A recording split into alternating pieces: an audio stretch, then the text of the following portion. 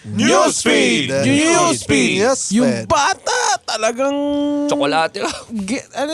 Sinindot pa ng hintuturo. Hintuturo. Talagang... Ininuman pa ng tubig no? Inindot Siguro talaga. hindi talaga malunok. Hindi ko alam kung ba't lulunukin. Hindi, kung yung picture, kung a-analyze nyo, yung nasa likod niya yung sulusol eh. Kaya mo yan. Ang ina, 600 nga nagawa ko eh. Kayo ba na ganun na? Nakuha na kayo sa airport?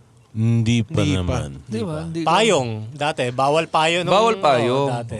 Tubig. Ay, ang pinakamasakit sa akin, pabango. Nakuhaan ka? Oo. Ay, sayang. Ano Dahil ba may bango? yun, ML. Wala nang balikan Oo, yun. Puno pa eh. Ay, nakalimutan mong Happy. tanggalin. Oo. Ang ginawa pa nung immigration, in-spray niya muna sa kanya. Tapos nilagay dun sa trash can. Alam mo, kung mawawalan ka ng pera, hindi mo naman mapapansin eh.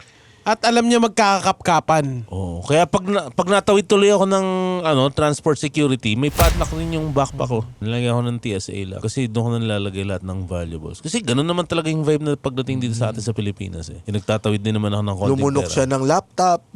Tangina, no? Lupit niya, no? Ano ka, Pokemon? Nakita pa ni Kat yung yung sa LinkedIn. Yung buong muka. Yung resume niya. Mukhang matino naman, matinong lumunok. Pero maganda. Maganda yun siya. Mukhang hindi gagawin. Mukhang hindi kriminal. Mukhang shota ng karnaper. Parang ganun yung vibe niya. Ganon. Shota ng karnaper. Ano yung bag niya, naka-mugs? Hirap pag Dati- tatay nito. Yung parang shota ng karnaper. Susi yung nilulunok dati. No? Pucha. Nay, boyfriend ko nga pala, karnaper. Di ba? Yun Nasa yung mukha mo nga. nasa niya, no? Kahit magkapit-pitan na, hindi ko ilalabas ng pera. Alam mo kasi, ang technique dyan, kailangan mabait ka din. Ah. Kasi kapag inunahan mo sila ng Angas. magkakaroon sila ng opportunity mas angasan ka. Mas aangasan kasi kasi sila yung nasa authority eh. May kwento ako dyan.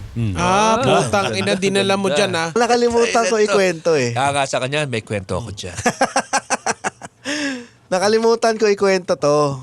Kasi noong isang beses, papunta kami sa photoshoot ng Goodwill. Nalalabas na yung bagong season na October 1. Abangan ninyo. Bahista ako ng banda.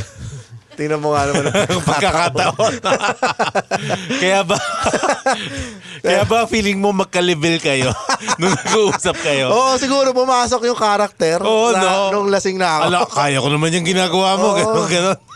Bahista rin ako eh. So ano nangyari? Asa ba ako? Andun pa lang sa Sa pupunta airport kayo pa rin. Ni Rems. Sa Yun. Papunta kami photoshoot. Ako na sumali ako sa AP.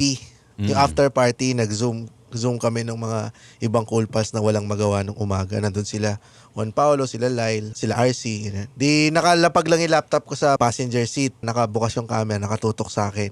Kita ko nagdadrive.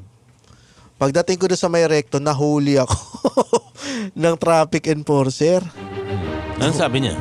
Anong violation daw? Kasi may dalawa doon na daanan. Ang napasukan ko yung pang jeep.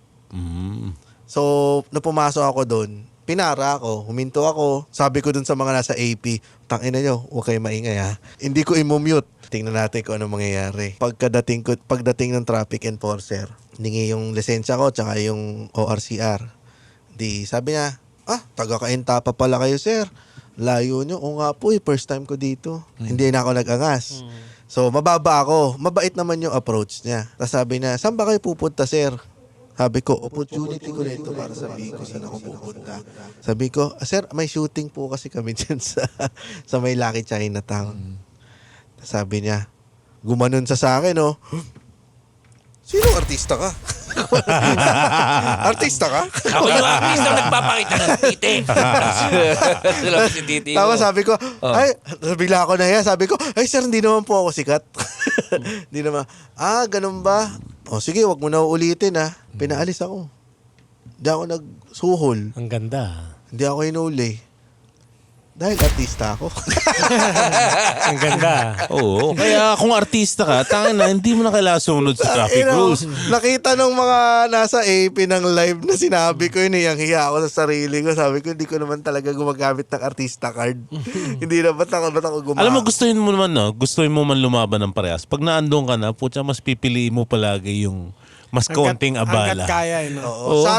Tsaka subtle na lang yung ginawa ko. Ayoko rin masabihin na artista ako eh. Tapos, binigyan ko siya ng 250. Bakit? Dahil hinawakan Dahil ka niya? mabait siya. Ah. Pero Reward yun. bawal sa batas yan. Oo. Kahit hindi naman Kahit na- hindi hinihingi, bawal Bawal mag-abot. tumanggap. 250 na thank you. Oo, yan. thank you. Thank you. Tikita mo na nga itong poke ng inan to. Ano kaya yung pinanggalingan ng bakit siya nagnakaw? Bakit Siyempre. kailangan niyang gawin yun? Ano kaya yung pinagdadaanan niya? Natutokso yun. Tama naman yung sinasabi ni Nonong. Merong istorya behind that. Kasi mas nakakahiya kung ito yung pambibisyo niya lang yun. Kung nagnakaw siya dahil gusto lang niya Hindi, may magbisyo. ano kasi. Jeeves, wala naman sigurong papasok sa ganyan trabaho na sasabihin magnakaw. pagdating ko dyan, magnanakaw ako. Tapos nasuka na lang daw kasi yung babae, yung security officer, nung tinatanong yung Amerikano na pinanggalingan ng pera, Sir, saan po ba galing tong pera? Sa sapatos ko. Doon nalaman ko sino nga ba ang sumukas ay kumuha ng pera na to. Pinapila lahat ng mga security. So, sabihin mo kung saan galing ang perang yon. Sa sapatos. Ganda na no, investigasyon. Uy, isang sumuka. Investigasyon. Huli ka, Mildred.